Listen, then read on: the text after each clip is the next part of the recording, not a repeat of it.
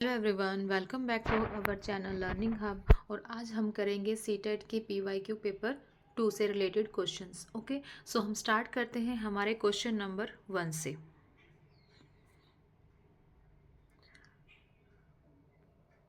N odometer in a car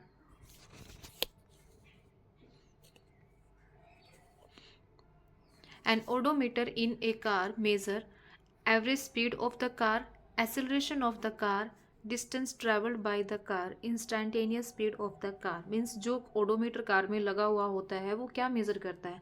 जो odometer है वो मेज़र करता है हमारा distance travelled by the car. और ये क्वेश्चन जो है वो 2024 के अंदर, मतलब लास्ट टाइम जब पेपर हुआ था हमारा जुलाई के अंदर, उस टाइम पे क्वेश्चन पूछा गया था कि जो ओडोमीटर है कार के अंदर वो क्या मेज़र करता है। ओडोमीटर मेज़र करता है डिस्टेंस, और एक होता है स्पीडोमीटर जो हमारी स्पीड को मेज़र करता है, स्पीड से speedometer.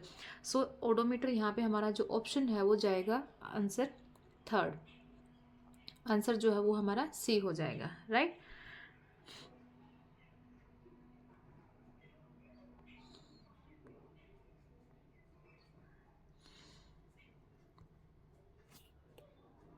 Next is the which part two the mustard plant is edible. कौन सा पार्ट जो होता है मस्टर्ड प्लांट का वो एडिबल होता है। स्टेम्स मतलब एडिबल मीन्स वो हमारे लिए यूजफुल है, जो जिसको हम यूज़ कर सकते हैं। Stem and flowers, seeds and flowers, leaves and flowers, seeds and leaves.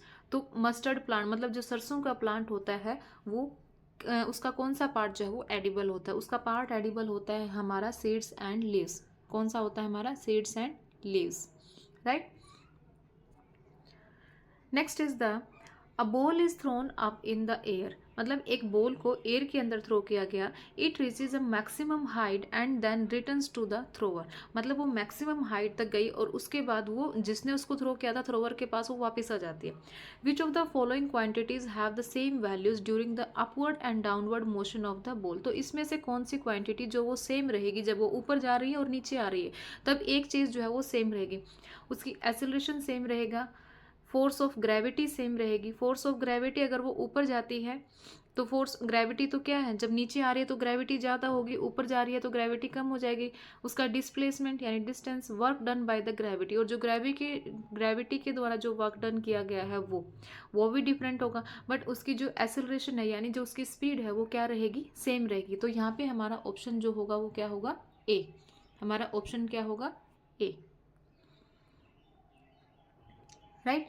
यहाँ पे जो एक्सेलरेशन यहाँ पे हमारा ऑप्शन हो जाएगा। Next is a box of mass 500 gram is lying on a horizontal table. Which of the following statement is regarding the force acting on it. तो इसमें से एक बॉक्स का मास क्या दिया गया हमें? 500 ग्राम दिया गया। अगर हम इसको 500 ग्राम को अगर हम किलोमीटर के अंदर चेंज करेंगे तो हमारा क्या हो जाएगा? 0.5 हो जाएगा। 0.5 ग्राम केजी हो जाएगा। वो is lying on horizontal table. Which of the following statement is regarding the force. मतलब फोर्स के रिगार्डिंग कौन सी स्टेटमेंट जो है वो सही है। अब फोर्स क्या होता है हमारा? फोर्स होता है force is equal to mass into gravity. अब ग्रेविटी इसने किया क्या दी है? 10 दी है यहाँ पर। मास हमारा क्या है? 5 है। तो 5 इंटू 0.5 अगर हम करेंगे यहाँ पे 0.5 इंटू 10, तो ये किसके इक्वल हो जाएगा? 5 के इक्वल हो जाएगा, राइट।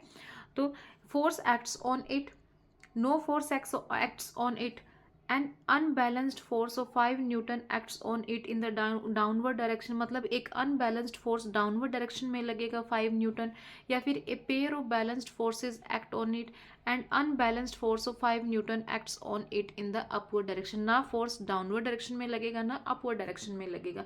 जो फोर्स है वो 5 न्यूटन का ही है, बट एक पेयर ऑफ बैलेंस्ड फोर्स जो है उसके ऊपर एक्ट करेगा। तो यहाँ पे हमारा जो ऑप्शन होगा वो क्या होगा? C option. सी ऑप्शन के साथ यहाँ पे हम जाएंगे, right. Next is the micro organisms can be both useful as well as harmful to us, मतलब जो माइक्रो ऑर्गेनिज्म है वो यूजफुल भी होते हैं और हार्मफुल भी होते हैं। तो इसमें से विच of the following beneficial process is not carried out by the micro organism, इसमें से कौन सा बेनिफिशियल प्रोसेस नहीं कैरी किया जाता। नोट पूछा गया है तो हम नोट को ध्यान रखेंगे कि नोट हमसे पूछा गया है। Breaking down of organic waste, नहीं, ऑर्गेनिक वेस्ट को भी ब्रेकिंग डाउन करते हैं। इंक्रीजिंग सॉइल फर्टिलिटी, जब वो ऑर्गेनिक वेस्ट को ब्रेक डाउन करते हैं और सॉइल के अंदर मिक्स करते हैं तो सॉइल की फर्टिलिटी को भी क्या हो जाती है, उस टाइम पे इंक्रीज हो जाती है। तो ये वाला ऑप्शन भी नहीं होगा क्योंकि इसने नोट पूछा है। Preservation of food items in Holmes, preservation का उसका कोई काम नहीं होता। माइक्रो ऑर्गेनिज्म कोई भी एज अ प्रेजर्वेटिव यूज नहीं होता है। Preparations of medicine, yes, micro organism जो है वो मेडिसिन को प्रिपेयर करने के लिए भी यूज किया जाता है, जैसे कि पेनिसिलिन है वो एक एंटीबायोटिक है, राइट। सो यहाँ पे जो हमारा ऑप्शन होगा वो होगा ऑप्शन नंबर सी। क्या होगा, ऑप्शन नंबर हमारा सी होगा। हम ऑप्शन नंबर सी के साथ यहाँ पे जाएंगे, right. Next is the uh rectifier is used, जो रेक्टिफायर होता है वो किसके अंदर यूज किया जाता है। A rectifier is used to convert AC voltage to DC voltage, to convert DC voltage to AC voltage, to convert low AC voltage to high AC voltage, to convert low DC voltage to high DC voltage. तो हम जो rectifier use करते हैं वो use करते हैं AC voltage को DC voltage के अंदर कन्वर्ट करने के लिए। Then so our answer is the option number A. Option number A जो है वो हमारा क्या हो जाएगा, आंसर हो जाएगा, to convert AC voltage to DC voltage. Next question is the heat can be transferred by, जो हीट होती है वो कैसे ट्रांसफ़र होती है, कंडक्शन से, कन्वेक्शन से, रेडिएशन से, या फिर तीनों ऑप्शन से। सो जो हीट होती है हमारी वो तीनों ऑप्शन इसके अंदर करेक्ट है। कंडक्शन से भी ट्रांसफ़र होती है, कन्वेक्शन से भी ट्रांसफ़र होती है और रेडिएशन से भी ट्रांसफ़र होती है। So we go with the option number D, right. Next question is which of the following vitamin is needed for the absorption of calcium, calcium की अब्जॉर्प्शन के लिए कौन सा विटामिन जो है वो नीड होता है, कौन से विटामिन की ज़रूरत होती है, विटामिन ए, बी, सी या डी। सो विटामिन डी जो है वो अब्जॉर्प्शन ऑफ कैल्शियम के लिए इम्पॉर्टेंट होता है। ऑप्शन नंबर डी, यहाँ पे जो हमारा ऑप्शन होगा वो क्या होगा, ऑप्शन नंबर डी होगा, vitamin D, option D, right. Next is aqueous solution of CH3COONA is, ये जो एक्वस सॉल्यूशन है CH3COONA का अल्कलाइन होता है, न्यूट्रल है या एसिडिक है या एम्फोटेरिक है। एम्फोटेरिक मीन्स बोथ एसिडिक भी होता है और अल्कलाइन भी होता है। न्यूट्रल ना एसिड है ना अल्कलाइन है।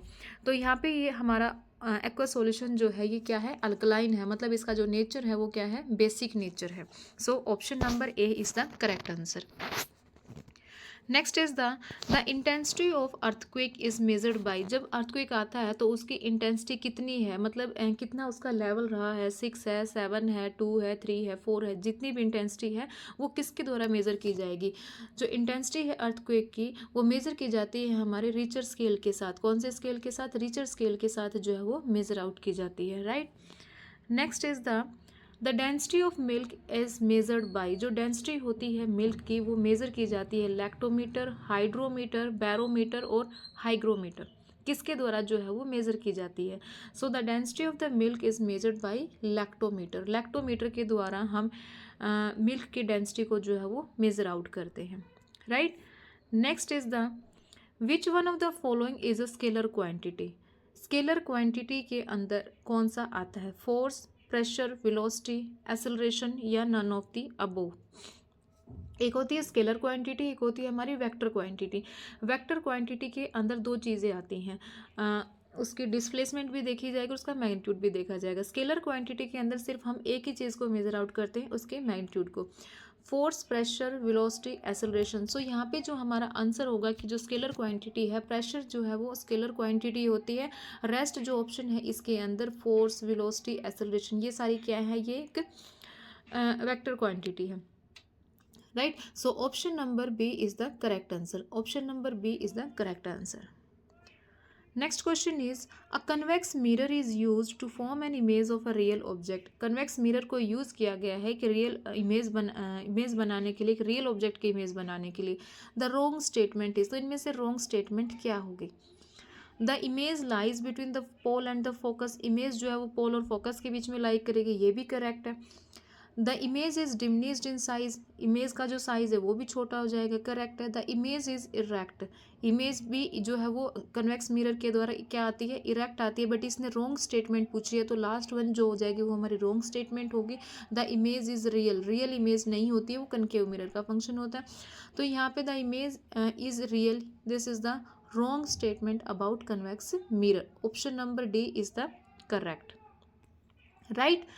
Next question is which of the following secrets insulin hormone in human body, जो इंसुलिन हार्मोन होता है ह्यूमन बॉडी के अंदर वो कौन सीक्रेट करता है, गॉल ब्लैडर सीक्रेट करता है, सैलिवरी ग्लैंड सीक्रेट करती है, पैनक्रियाज सीक्रेट करता है, या फिर हमारा इसोफेगस सीक्रेट करता है। इसोफेगस तो एक पाइप होती है डाइजेस्टिव सिस्टम के अंदर जो खाने को नीचे तक लेकर जाती है, राइट। गॉल ब्लैडर जो है वो जूसेस रिलीज आउट करता है, सैलिवरी ग्लैंड जो है वो हमारे माउथ के अंदर प्रेजेंट होते हैं। तो यहाँ पे जो ऑप्शन बचता है वो है हमारा ऑप्शन नंबर सी, यानी कि पैनक्रियाज।